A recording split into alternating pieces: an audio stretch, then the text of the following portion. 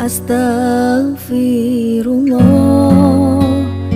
Taib, ma'asyiral muslimin yang dimuliakan Allah Azza wa Jalla, sebagai faedah dari surah At-Tariq ini ditinjau dari usul tafsir dulu. Kita tahu bahwa Al-Quranul Karim yang sering kita baca itu berjumlah 30 juz dan memiliki 114 surat. Yang jadi khilaf adalah jumlah daripada ayat Al-Quran. Tentu sebab khilafnya karena beda pandangan para qurra, pakar-pakar Quran, baik dari pakar Quran penduduk Mekah, penduduk Madinah, Kufah, Basrah dan Syam, sehingga menjadi polemik berapa jumlah ayat dalam Al-Quran itu. Ada yang mengatakan 6.217 ayat, ada yang mengatakan 6.214 ayat, ada yang mengatakan 6.210 ayat, ada yang mengatakan 6.232 ayat, ada juga yang mengatakan 6.236 ayat. Adapun jumlah huruf secara keseluruhan di dalam Al-Quran, ada yang mengatakan jumlahnya sekitar 321.000 huruf, dan ada juga yang mengatakan 32.315 huruf gitu ya. Kurang hafal lah, kurang lebih segitulah. Yang ingin saya katakan adalah, kalau kita membahas tentang surat dalam Al-Quran secara keseluruhan, kita tahu bahwa ada yang disebut dengan sab'ut tiwal. Sab'ut tiwal itu artinya surat-surat terpanjang di dalam Al-Quran, dan itu jumlahnya ada 7 surat. Yang pertama surah Al-Baqarah memiliki ayat 286 ayat. Al-Imran memiliki 200 ayat. An-Nisa memiliki 176 ayat. Al-Maidah memiliki 120 ayat, dan Al-An'am memiliki 165 ayat. Kemudian Al-A'raf memiliki 206 ayat, dan At-Taubah 129 ayat. Ini yang disebut dengan sab'ut tiwal namanya. Jadi 7 surat terpanjang di dalam Al-Quran. Kemudian yang kedua, ini disebut dengan Al-Mi'un namanya. Al-Mi'un atau Al-Mi'in, maksudnya surat-surat yang ayatnya di atas 100. Jadi surat-surat yang ayatnya di atas 100 ayat, dan itu paling banyak. Seperti surah Al-Anbiya ayatnya 112, kemudian surah Yusuf 111, surah Al-Isra juga 111, surah Al-Kahfi 110, kemudian surah Yunus 109, dan begitu seterusnya. Itu disebut Al-Mi'in atau Al-Mi'un. Kemudian yang ketiga disebut Al-Mathani. Al-Mathani ini surat-surat yang di bawah 100 ayatnya itu. Pokoknya surat-surat yang ayatnya di bawah 100 disebut Al-Mathani.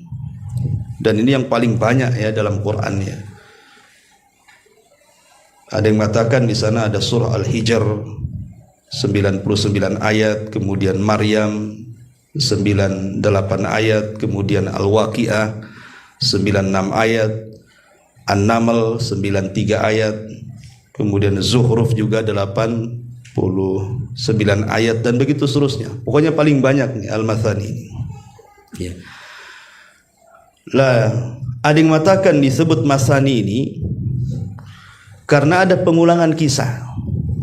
Jadi kisah-kisah itu yang dijelaskan di ayat-ayat panjang itu terulang dalam ayat-ayat Al-Mathani.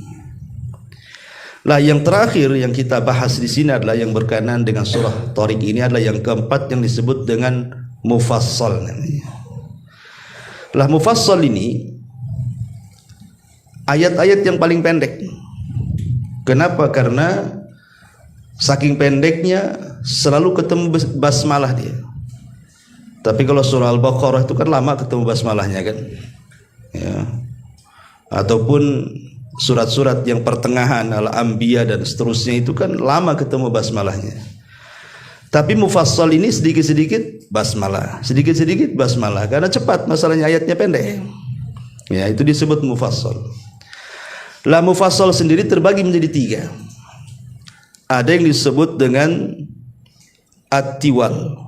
Ya, dia pendek tapi agak panjang. Dan itu dimulai dari surah Al-Hujurat sampai Al-Buruj. Kemudian yang kedua Al-Mufassal Al-Awsat. Dia pendek pertengahan. Inilah dari surah At-Tariq yang kita akan bahas ini. Dari surah At-Tariq sampai surah Al-Bayyinah. Kemudian surat yang paling pendek lagi, Mufassal yang paling pendek itu dimulai dari surah Al-Zalzalah sampai An-Nas. Ya. Nah, yang kita bahas ini surah At-Tengahan. Dimulai daripada surah At-Tariq dan diakhiri dengan surah Lam Yakunil Ladzina Kafaru atau surah Al-Bayyinah. Tapi ini diantara faedah usul Quran. Kita masuk pada ayatnya. A'udzubillahi minasyaitonir rajim. Bismillahirrahmanirrahim. Was-samai wat-tariq. Demi langit dan yang datang pada malam hari. Wa ma adraka mat-tariq. Dan tahukah kamu apakah yang datang pada malam hari itu? An-najmu as-saqib, yaitu bintang yang bersinar tajam. In kullu nafsin lama, bisa dibaca lama tanpa tasdid, bisa dibaca lamma pakai tasdid. Ada 2 qiraah di sini. In kullu nafsin lama 'alaiha hafid atau in kullu nafsin lamma 'alaiha hafid. Maka hendaklah manusia setiap jiwa itu, in kullu nafsin, setiap jiwa itu lamma 'alaiha hafid, pasti ada penjaganya.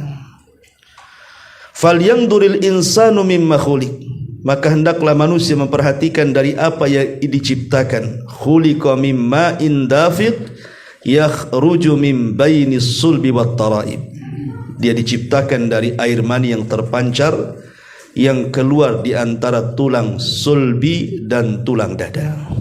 Baik, sampai di sini dulu. Ma'asyiral muslimin yang dimuliakan Allah Subhanahu wa taala. Sebelum saya menjelaskan sedikit tafsir daripada surah At-Tariq ini, kita akan menjelaskan asbab nuzulnya dulu.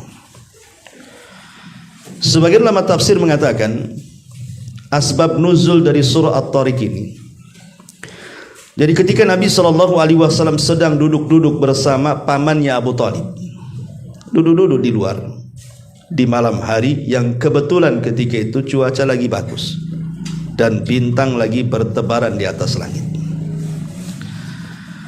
Tiba-tiba kemudian dikejutkan dengan satu bintang yang cahayanya itu sangat tajam sekali. Maka Abu Talib pun kemudian terperanjat, kok ada bintang cahayanya sangat tajam sekali, seolah-olah dekat dengan bumi. Maka kemudian Nabi SAW terdiam sampai akhirnya datang Jibril menurunkan surah At-Tariq ini. Dan Allah berfirman was-samai wat-tariq. Itu diantara sebab turun surah At-Tariq ini. Adapun tentang keutamaannya, yang pertama bahwa surah At-Tariq ini tadi sudah dijelaskan dia bagian daripada surah Al-Mufassal Al-Awsat. Dia surat pendek pertengahan. Itu keutamaannya, surat pendek pertengahan. Di mana Nabi SAW Sab'ut Tiwal, kemudian Al-Mi'un, ayat yang di atas 100, kemudian Al-Mathani, ayat yang di bawah 100, dan Al-Mufassal itu ayat yang pendek-pendek. Ini bukan karya atau karangan-karangan para ulama, tidak. Tetapi ada hadis masalahnya. Hadis ini dikeluarkan dalam Musnad Imam Ahmad dengan sanad yang hasan dari seorang sahabat namanya Wasilah bin Asqa. Wasilah ibn Asqa, Nabi SAW bersabda, utitu makanat Tauratis sab'i wa utitu makanat Zaburil mi'in wa utitu makanal Injil al-Mathani wa fuddiltu bil mufassal. Kata Nabi SAW, aku diberikan surat-surat yang standar dengan Injil, standar dengan Taurat, artinya sama dengan Taurat isinya, yaitu 7 surat yang terpanjang dalam Quran. Jadi At-Taurat itu sama dengan 7 surat dalam Quran tadi yang saya sebutkan. Al-Baqarah, Al-Imran, An-Nisa, Al-Maidah, Al-An'am, Al-A'raf, terakhir Al-Bara'ah atau At-Taubah. Itu sebanding dengan At-Taurat. Kemudian dan aku diberikan oleh Allah Azza wa Jal surat-surat yang sebanding dengan Zabur yang disebut dengan Al-Mi'un tadi, ya, ayat-ayat yang di atas 100. Karena ayat-ayat yang di atas 100 itu isinya tidak ada hukum-hukum, isinya hanya nasihat-nasihat saja, ya. Kemudian kata Nabi SAW, dan aku juga diberikan surat-surat yang sebanding dengan Injil yang disebut dengan Al-Mathani. Jadi surat-surat yang ayatnya di bawah 100 tadi. Tetapi aku diutamakan dari semuanya, ya, bil mufassal, dengan ayat-ayat pendek tadi. Berarti dari sini apa? Al-Quran menjangkau semua kitab-kitab langit, ya, bisa dipahami, ya? Ya. Jadi Injil itu sama dengan Sab'ut Tiwal, 7 surat panjang. Zabur sama dengan Mi'in, ayat yang di atas 100. Injil sama dengan Al-Mathani, ayat yang di bawah 100 tuh, 60, 70, 90 gitu, ya. Dan ada yang tidak ada dalam Injil, ada yang tidak ada dalam Zabur, ada yang tidak ada dalam Taurat yang disebut dengan Mufassal tadi, yang dimulai daripada surah Al-Hujurat sampai An-Nas. Itu pun dibagi 3 tadi kan. Ada yang panjang Al-Hujurat sampai Al-Buruj, kemudian tengah-tengahnya gimana? At-Tariq sampai Al-Bayyinah, kemudian yang terakhir Al-Zalzalah sampai An-Nas, ya. Itu diantara keistimewaan surah At-Tariq di sini, karena dia bagian daripada mufassal, dan itu adalah mukjizat yang Allah Subhanahu wa taala berikan kepada sallallahu alaihi wasallam. Biasa membaca surah At-Tariq ini di dua salat dalam setiap harinya, zuhur dan asar. Itu Rasul selalu, ya, membaca surah At-Tariq apabila dia salat zuhur ataupun salat asar. Kemudian juga yang ketiga, Nabi sallallahu alaihi wasallam suka sekali membaca surah At-Tariq ini, sebagaimana disebutkan oleh Imam Ahmad dalam musnadnya dari Abi Hurairah radhiyallahu an. Nabi sallallahu alaihi wasallam kana yaqra'u fil isya al-akhirah bis sama'i dzatil buruj was sama'i wat tariq. Nabi sallallahu alaihi wasallam paling suka membaca di salat isya, di rakaat pertama Al-Buruj dan rakaat kedua At-Tariq. Jadi ini memang surat yang disukai Nabi sallallahu alaihi wasallam. Dan disebutkan dalam sebuah riwayat dari Khalid ibn Abi Jabal al-Adawani. Jadi satu hari beliau ini melihat Nabi sallallahu alaihi wasallam di pasar Thaqif. Sementara Nabi sedang berdiri memegang sebuah tongkat ataupun busur panah. Lah ketika itu Nabi SAW membaca surah At-Tariq, dan Khalid ibn Abi Jabal ini mendengar, dan ketika itu dia masih jahiliyah, masih kafir, masih musyrik, ya. Sehingga dia mengatakan, qala fawa'aituha fil jahiliyati thumma qara'tuha fil Islam. Aku sudah hafal surat itu di masa-masa jahiliyah karena aku mendengar Rasul suka membaca surah itu. Makanya aku hafal dan aku baca setelah aku masuk Islam, katanya.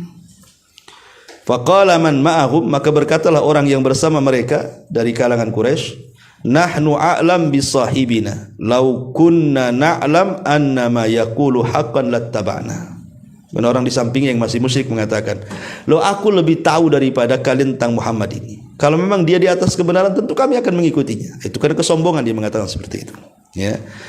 Tapi di sana ada hadis yang dhaif yang berseliweran di internet itu. Tapi dhaif hadisnya.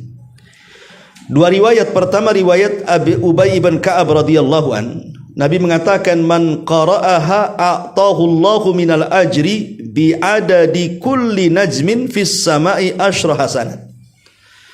Barang siapa yang membaca surah At-Tariq ini, Allah akan berikan pahala sebanyak bintang yang ada di langit, di mana satu bintang diberikan 10 kebaikan. Berapa bintang tuh? Nah, ini ciri-ciri hadis dhaif itu biasanya pahalanya terlampau besar untuk amalan yang terlampau kecil, ya. Kemudian juga hadis yang kedua dari Ali bin Abi Thalib radhiyallahu an. Nabi SAW pernah mengatakan, "Ya Ali, man qara'aha faka'annama qara'a thulutsai al-Qur'an wa lahu bi kulli ayatin qara'aha thawabun man ya'muru bil ma'ruf wa yanha 'anil munkar." Wahai Ali, siapa yang membacanya, maka seolah-olah dia membaca 2/3 Quran, dan setiap ayat yang ia baca mendapatkan pahala sebanding dengan orang yang mengajak manusia kepada kebaikan dan mencegah kepada kemungkaran. Dua-duanya riwayatnya lemah, ya, tidak bisa dijadikan sandaran. Taib, itu diantara keutamaannya. Adapun surah At-Tariq sendiri, kalau lihat tartib daripada mushaf Al-Quran, ya, maka kita tahu bahwa dia memiliki 17 ayat, kemudian masuk pada 86 dalam tartib Quran, dan 61 kalimat serta 254 huruf. Baik, ya. Di sini Allah Subhanahu wa taala mengatakan was-sama'i wat-tariq, demi langit dan demi yang datang pada malam hari. Sering saya ulang-ulang biar antum tidak lupa bahwa kaidah antum baca surah pendek dalam juz amma itu, maka akan banyak sumpah-sumpah di situ. Allah bersumpah dengan makhluknya. Dan tidaklah Allah Subhanahu wa taala bersumpah dengan makhluknya kecuali makhluk itu memang memiliki keistimewaan di hadapan Allah. Karena tidak semua makhluk dijadikan sumpah masalahnya. Kan makhluk Allah itu kan banyak jutaan gitu ya. Tapi hanya beberapa makhluk saja yang Allah jadikan sumpah dalam Quran. Kenapa? Karena Allah memandang makhluk yang dijadikan sumpahnya itu memiliki keistimewaan di hadapan Allah, maka dijadikan sumpah. Dan Allah berhak bersumpah dengan makhluk sesuka dia. La tas'al amman yaf'al wa hum yus'alun. Jangan tanya tentang perbuatan Allah, kita yang akan ditanya. Kenapa Allah bersumpah dengan makhluk? Ya suka-suka dia lah, kan begitu. Tapi jangan pula kita bersumpah dengan selain Allah, tidak boleh. Iblis saja bersumpah dengan Allah. Wa bi izzatika, dengan kemuliaanmu ya Rabb. Ya, itu iblis tuh. Iblis saja masih bersumpah dengan Allah, kan. Kita pula bersumpah dengan aneh-aneh, demi cintaku padamu. Apa pula lah di sana. Ini. Jadi kalah pula sama iblis. Jadi di sini Allah bersumpah dengan langit itu karena memang langit sangat istimewa. Kenapa langit sangat istimewa? Karena satu-satunya di antara tanda kuasa Allah yang bisa dilihat dengan kasat mata itu langit. Kita tinggal nengok ke atas saja, nampak langit. Dan langit ini kan bangunan. Macam mana dia bisa ngambang tanpa tiang? Sementara langit itu isinya ada bulan, ada bintang, ada galaksi, ada matahari, macam-macam lah di langit itu. Semua terapung. Siapa yang mengapungkannya? Siapa yang mengambangkannya? Mana tiangnya? Kenapa kok bisa seperti itu? Kalau bukan kuasa Allah, kuasa siapa? Artinya bahwa langit itu sebenarnya kalau kita menatap ke atas, harusnya makin tebalah keimanan atas kuasa Allah subhanahu wa ta'ala di alam semesta ini. Bahwa Allah itu ala kulli syai'in qadir. Atas segala sesuatu maha mampu. Was-sama'i wat-tariq. Kalimat at-tariq yang datang di malam hari. Kalimat at-tariq itu diambil dari kalimat at-tarku. Tarku itu artinya mengetuk. Ya, jadi kalau antum mengetuk pintu disebut tarkul bab. Jadi kalau saya gini kan, disebut at-tarku namanya, mengetuk. Ya. Jadi ketika Allah subhanahu wa ta'ala mengaitkan langit dengan at-tariq ini, dan tariq secara bahasa at-tarku mengetuk, menunjukkan bahwa langit itu punya pintu. Jadi langit itu ada pintu masuk, ada pintu keluar.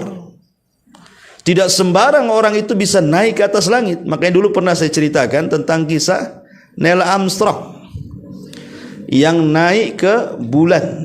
Pertanyaannya, bulan itu di bawah langit atau di atas langit?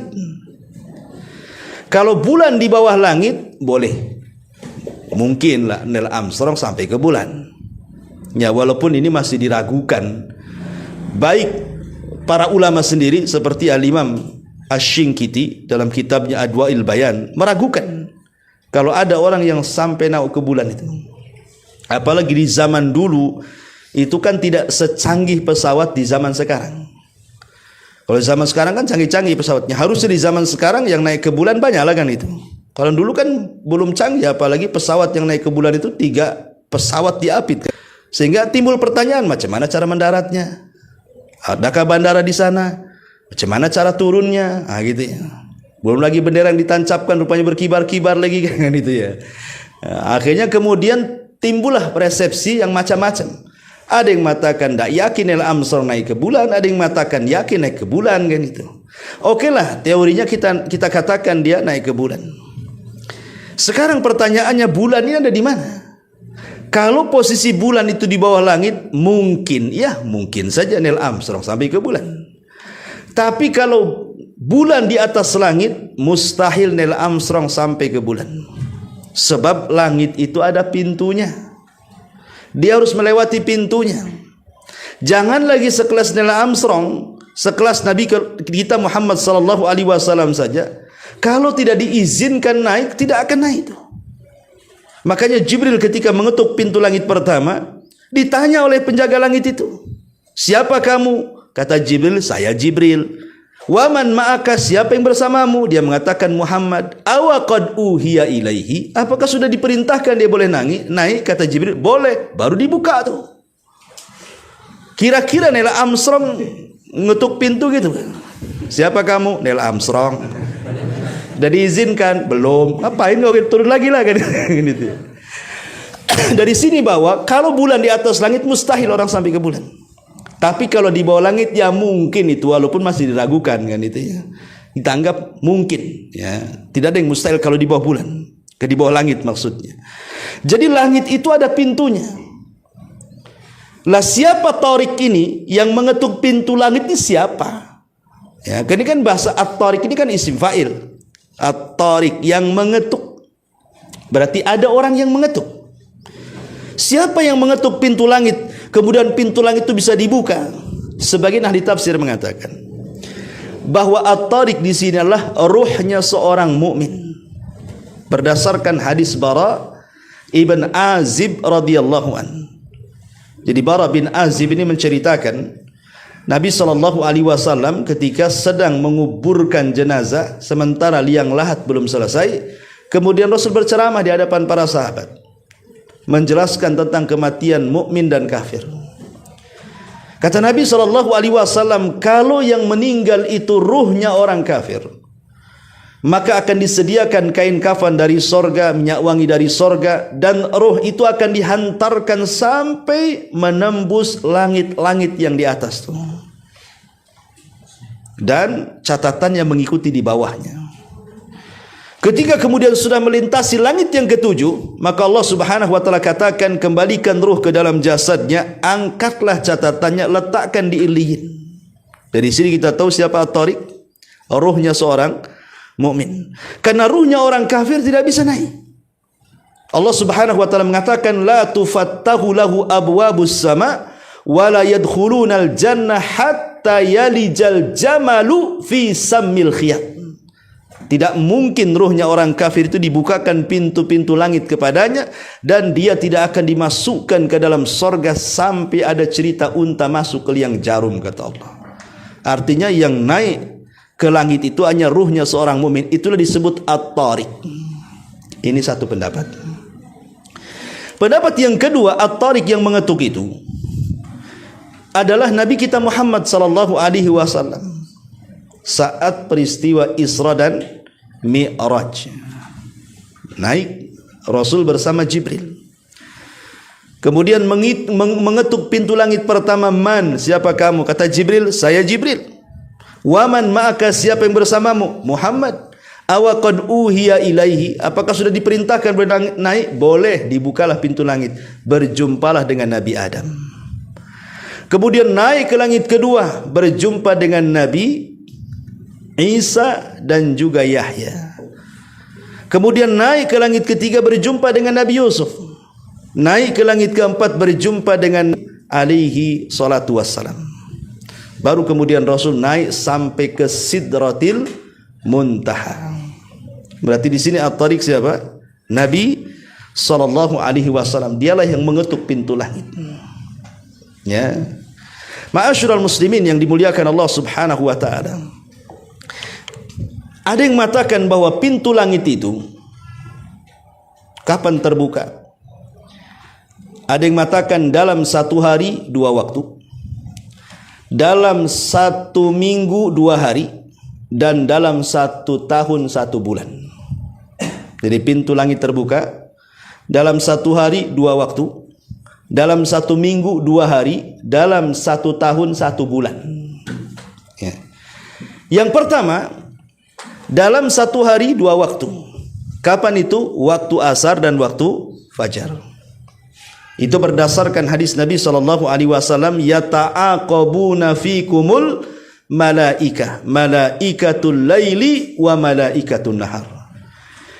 Jadi Allah Subhanahu wa taala membagi-bagi tugas untuk para malaikat. Ada yang mencatat kebaikan di malam hari, ada yang mencatat kebaikan di siang hari. Dan 2 malaikat tidak akan pernah ketemu tuh. Ketemunya di 2 solat. Pertama solat asar dan solat fajar. Ya, jadi malaikat yang bertugas di malam hari, maka dia turun di waktu manusia sedang solat asar. Pada waktu yang sama malaikat yang mencatat kebaikan di siang hari naik ke langit. Kemudian di waktu subuh, malaikat yang mencatat kebaikan di malam hari naik ke langit bersamaan dengan turunnya malaikat yang mencatat kebaikan di siang hari. Jadi dalam 1 hari 2 waktu dibuka pintu langit untuk melaporkan kebaikan-kebaikan kita dari malaikat yang bertugas sip malam dan sip siang. Ini satu. Yang kedua, dalam 1 pekan itu 2 hari. Hari Senin dan hari Kamis. Maka di situ disunnahkan puasa Senin dan Kamis. Karena di situ amalan-amalan kita akan diangkat, dan ada 2 orang yang tidak akan diangkat. Pertama, seorang musyrik yang menyekutukan Allah, dan yang kedua yang ada dendam dalam hatinya kepada saudara-saudaranya, ada kedengkian, ya, sampai dia berdamai baru diangkat. Ini yang kedua. Dan yang ketiga, dalam 1 tahun 1 bulan.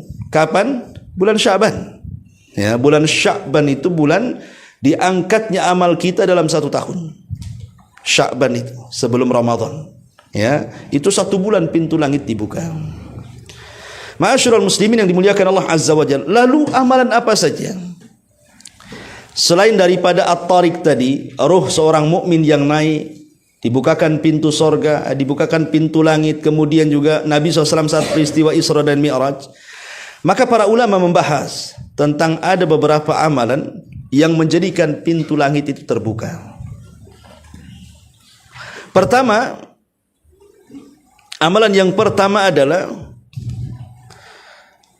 dari ucapan. Seperti orang yang mengucapkan kalimat la ilaha illallah. Kata Nabi SAW, ma qala abdun la ilaha illallah qattun mukhlisan illa futihat lahu abwabus sama hatta tufdiya ilal arsy majtunibatil kabair. Hadis ini dihasankan oleh Syekh Albani rahimahullah ta'ala. Tidaklah seorang hamba mengucapkan kalimat la ilaha illallah, betul-betul ikhlas mengucapkannya, kecuali akan dibukakan padanya pintu-pintu langit sampai melesat kalimat itu ke arah Allah subhanahu wa ta'ala. Selama dia, antum salat takbiratul ihram kan ada baca iftitah tuh. Kata Nabi SAW, ketika kita membaca Allahu Akbar kabira walhamdulillahi katsira wa subhanallahi bukratan wa asila, ya, maka ketika Nabi SAW mendengar ada orang membaca iftitah ini, apa kata Nabi SAW? Manil qail? Siapa tadi yang ngomong tuh? Siapa tadi yang mengucapkan kalimat itu dalam solat? Qala rajulun minal qaum. Ada seorang laki-laki mengatakan, ana ya Rasulullah, saya wahai Rasul. Maka Nabi SAW mengatakan, ajibtu laha futihat laha abwabus sama. Aku sangat terkejut dan heran ketika engkau mengucapkan kalimat itu, pintu-pintu langit dibuka. Maka Umar bin Khattab radhiyallahu anhu mengatakan, fama taraktuhunna mundu sami'tun nabiyya sallallahu alaihi wasallam yaqulu dzalik. Kata Umar, setelah Rasul mengatakan bahwa orang yang membaca doa iftitah tadi seperti itu lafadznya, terbuka pintu-pintu langit, sejak itu aku tidak pernah meninggalkan lafaz itu dan aku baca terus. Ya, Allahu Akbar kabira walhamdulillahi katsira wa subhanallahi bukratan wa asila. Ya. Tapi kata Syekh Utsaimin rahimahullahu taala, sebaiknya karena lafaz-lafaz iftitah itu kan banyak jenisnya, maka boleh sekali-kali yang ini, sekali-kali yang itu, supaya kita mengamalkan semua sunnah Nabi sallallahu alaihi wasallam, seperti Allahumma ba'id baini wa baina khotoyaya, itu juga termasuk iftitah. Ya. Taib. Kemudian yang ketiga, ketika kita membaca alhamdulillahi hamdan katsiran tayyiban mubarakan fi. Alhamdulillahilladzi hamdan katsiran tayyiban mubarakan fi. Disebutkan dari Abdul Jabbar Ibn Wa'il, dari bapaknya, dia mengatakan, aku salat bersama Nabi SAW. Tiba-tiba kemudian seorang laki-laki membaca alhamdulillahi hamdan katsiran tayyiban mubarakan fi. Maka selesai salat, Nabi mengatakan, man dalladzi qala hadza? Siapa tadi yang mengatakan kalimat itu?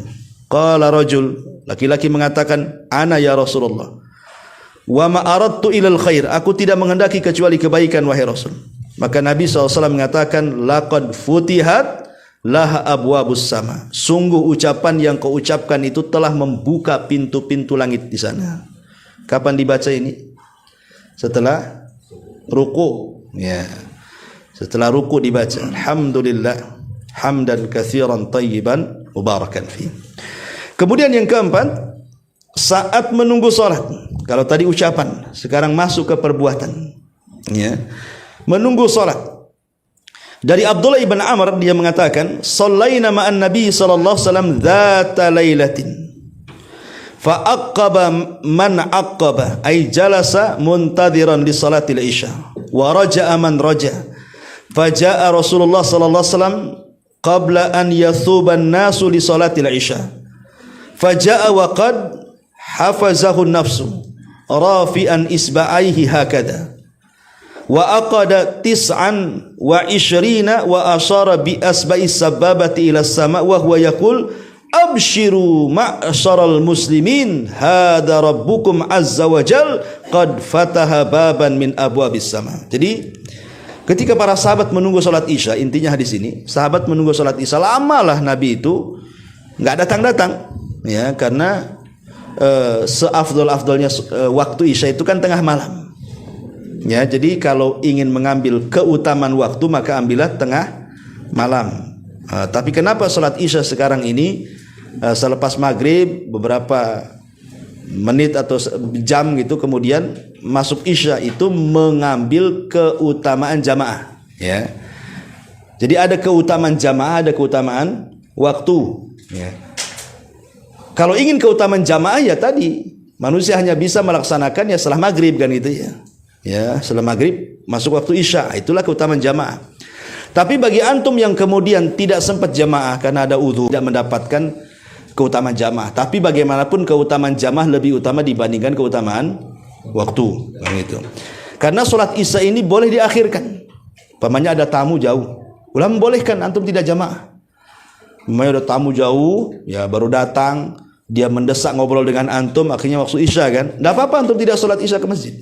Boleh antum itu menghadapi tamu dalam kondisi-kondisi ada hajat kan itu, ya. Maka nanti ambil sholat isyanya tengah malam, mengambil keutamaan waktu gitu maksudnya. Lah para sahabat ini menunggu Rasul lama tak datang, ada yang masih duduk, ada yang pulang jadinya. Lah ketika Nabi SAW sudah bangkit, para sahabat itu sudah mulai menguap, sudah ngantuk tuh. Tapi Nabi SAW memberikan kabar gembira, kata Nabi kepada para sahabat, abshiru, berbahagialah kalian wahai sahabatku, hadza rabbukum, inilah Rabb kalian, qad fataha baban min abwabis sama, telah membuka satu pintu dari pintu-pintu langit untuk kalian. Menunjukkan bahwa menunggu sholat itu juga pertanda terbukanya pintu langit. Kemudian yang nomor 5 adalah apabila posisi kita teraniaya, terzalimi, ya. Maka doa orang-orang yang dizalimi itu mustajab dan membuka pintu langit. Walaupun yang berdoa orang kafir sekalipun. Apalagi yang dizalimi ini orang muslim. Ya, orang kafir sendiri kalau dia berdoa dan dia dari pihak teraniaya, pintu langit terbuka.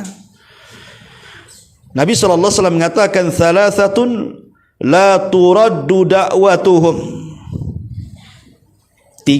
Tiga kelompok yang tidak mungkin ditolak doa mereka, al-saim hatta yuftir, orang yang berpuasa sampai dia batal, ya, iftar maghrib, wal imamul adil, dan imam yang adil, wa da'watul madlum, dan doa orang yang dizalimi, kata Rasulullah, yarfa'uhallahu fawqal ghamam, maka doa orang yang dizalimi akan Allah angkat sampai ke atas awan, wa yaftahu laha abwabas sama, dan akan membuka pintu-pintu langit, wa yaqulu rabb, dan Allah berfirman, wa izzati wa jalali la ansurannaka walau ba'dahin, demi kemuliaanku, demi ketinggianku, saya akan tolong kamu walaupun waktu yang cukup lama, pasti Allah akan kabulkan, gitu maksudnya. Jadi doa orang-orang yang dizalimi itu mustajab. Makanya Imam Ahmad ketika disiksa kan oleh Khalifah Ma'mun, Khalifah Ma'mun belum ketemu dengan Imam Ahmad, tapi dia dapat laporan bahwa di antara ulama yang membangkang tidak mengatakan Quran makhluk itu Imam Ahmad. Jadi Khalifah Ma'mun meminta agar Ahmad dihadapkan kepada dia. Imam Ahmad tidak mau ketemu.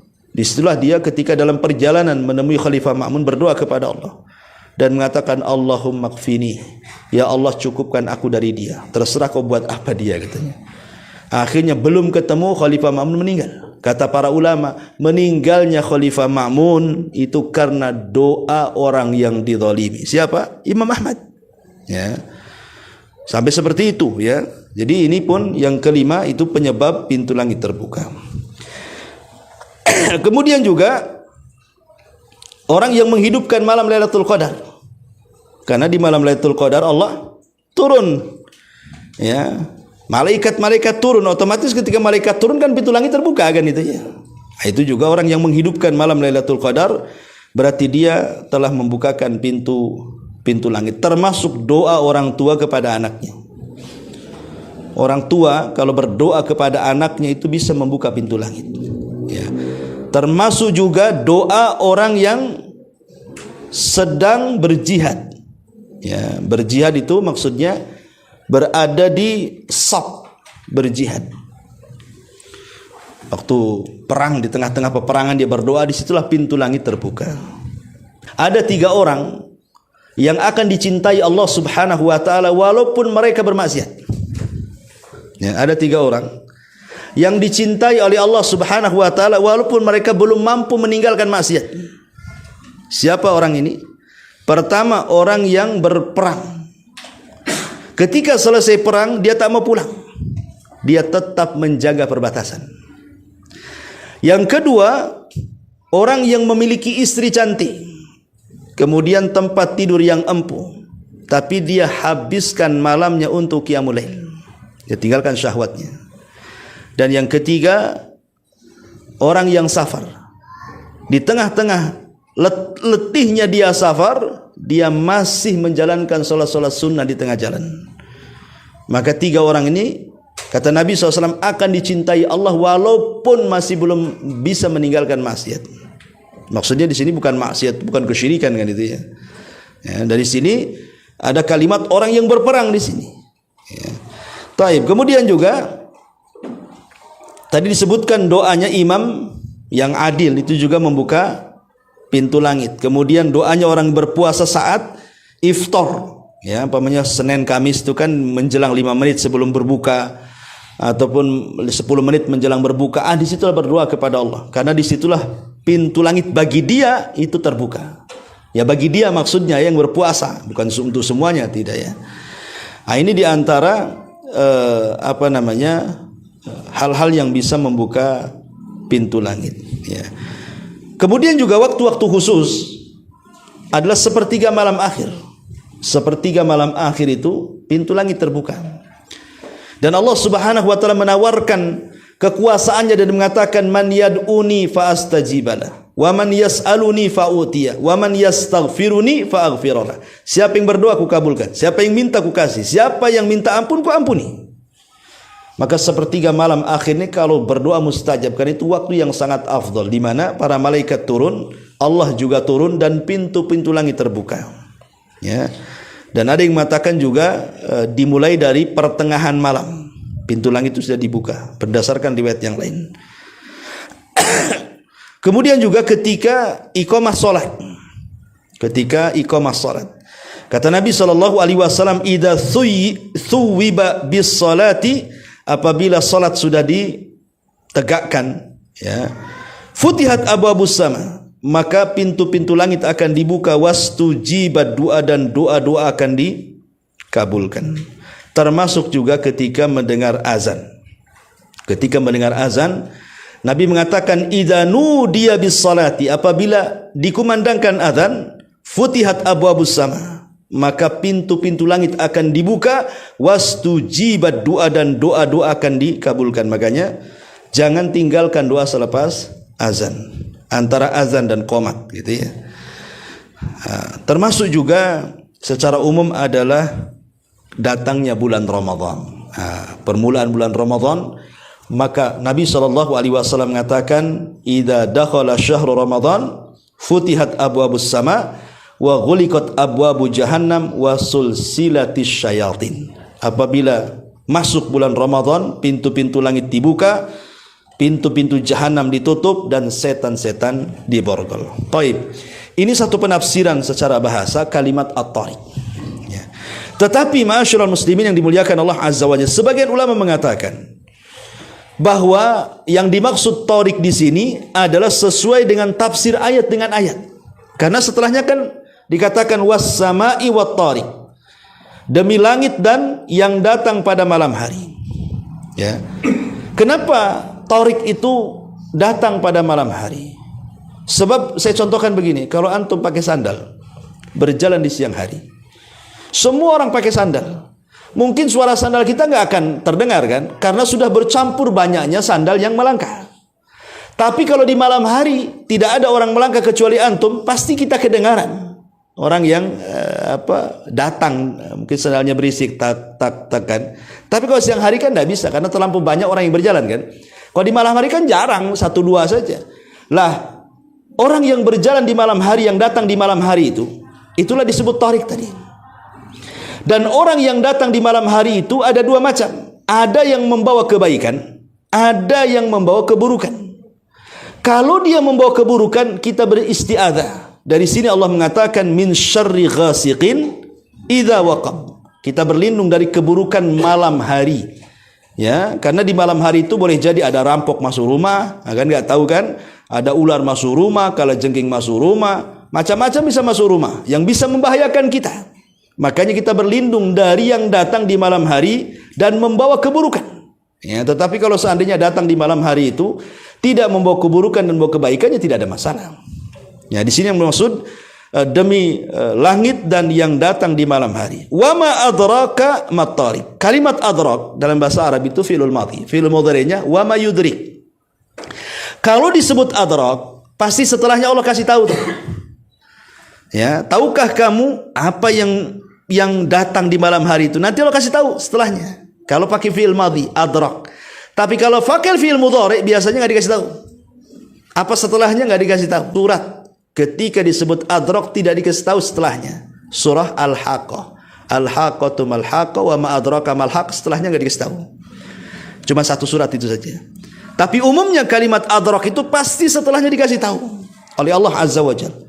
Tapi kalau menggunakan fi'il mudhari setelahnya pasti enggak dikasih tahu. Hanya Allah saja yang tahu. Seperti ketika Allah mengatakan wa ma yudrik la alla sa'ata taqumu qariba. Boleh jadi kiamat itu akan tegak dalam waktu dekat. Kapan dalam waktu dekatnya? Ya kan? Nggak jelas kan gitu ya? Karena tidak ada yang tahu kapan kiamat kecuali Allah. Tapi kalau kalimat adrak pasti setelahnya Allah kasih tahu. Inilah yang disebut dengan tafsir Quran dengan Quran namanya. Wa ma adraka mat-tariq an-najmu tsaqib. Berarti penafsiran at-tariq di sini berdasarkan Quran adalah bintang yang bersinar tajam. Walaupun ada sebagian ulama mengatakan Tariq itu nama bintang. Kalau antum ambil handphone, lihat di internet atau lihat di YouTube gitu ya, antum tulis saja bintang Tariq. Nah, nanti akan muncul tuh.